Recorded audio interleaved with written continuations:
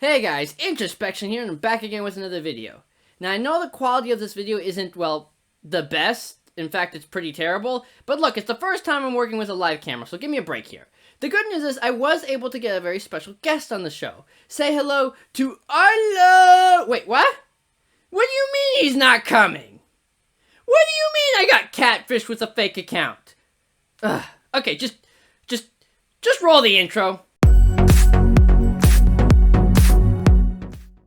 Okay, I think that we can all agree that somehow, some way, 2020 has actually managed to make the live-action Avatar movie look good by comparison. But, as good or bad as this year may have been, well, mostly bad, I still think it's very important that we take proper documentation of what's happened this year so that we can properly learn from it. So, in this video, and especially since it's the end of the year, I decided to go over the entire history of COVID this year and basically summarize it in this video. Okay, so if we go back in time, cue the go back in time noises. Okay, so I'm being informed we do not have the budget for going back in time noises, so, boo, boo, boo, boo, boo. Anyways, so if we go back in time to 2019, when the world made sense, that's about the time where they actually started to take notice of the COVID virus, but they didn't really know how severe it was going to be quite yet. And that's about the time where they gave it the name SARS-CoV-2. On the 10th of January, 2020, still when things were relatively normal, was when the WHO started to release a set of guidelines based on previous virus known as, what's this? Oh, yes, the SARS virus. So basically, they took the information they got from the SARS virus and then used it to make the COVID guidelines. On January 13th, the first case in Thailand was reported. 2 days later, on the 15th of January, the first case in Japan was reported. And then on the 20th, the first case in the United States was reported. It wasn't much longer after that, on January 31st, that the WHO had determined this to be a worldwide health crisis. And then just a little bit after that, they came up with the name that we all know and loathe, COVID-19, on February 11th.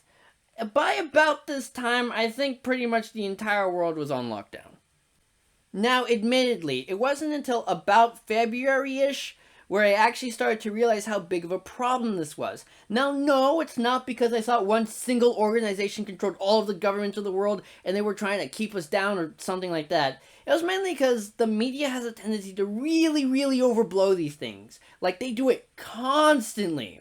So, when they said this was a really big deal or this was a worldwide problem, I honestly thought they were blowing it out of proportion, because usually that's what they do. It just so happened that in this case, clearly, that was not what happened. But I think this brings up another problem, that the media really has a tendency to more or less cry wolf, and it makes it a lot harder for certain people, such as myself, to take them a lot more seriously when they say something is this big of a problem. So, I encourage people in the media, I know it's hard because you're trying to get views, you're trying to get people to watch your channels, I get it, but try not to overblow things farther than they need to be, because then when stuff really big happens like this, people don't necessarily immediately believe you. I didn't, because again, you guys have a tendency to overblow things. Anyways, continuing on, where was I?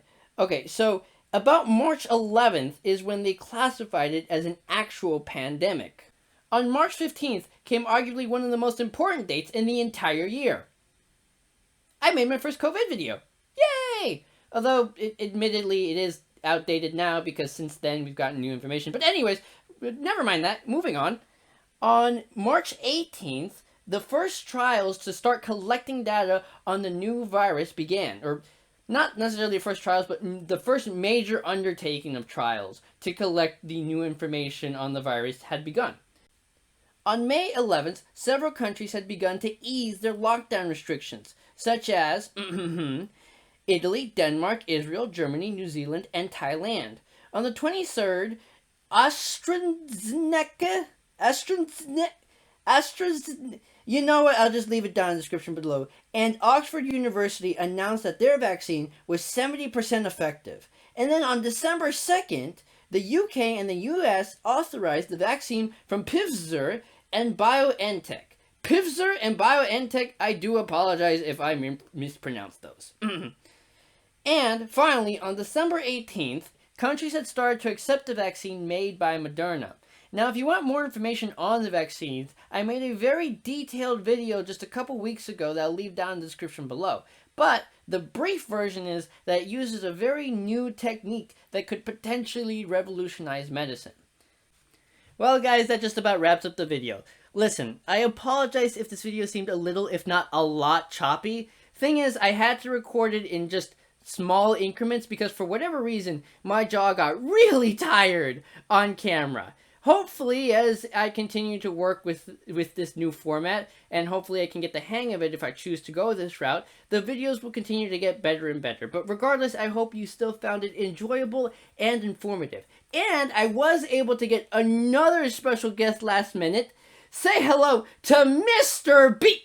Wait, what? Mr. Beast's not coming? We got catfished again? Alright, I guess I'll do the outro myself. If you guys want to read more into this whole thing, because admittedly, I only briefly summarized it in this video, or if you just want to make sure I'm not making stuff up, I wouldn't blame you if you thought that, I'm just kind of a random guy on the internet, I made sure to put all of my resources down in the description below. Until next time, because I post every other week, hear nothing and listen to all. Bye, guys!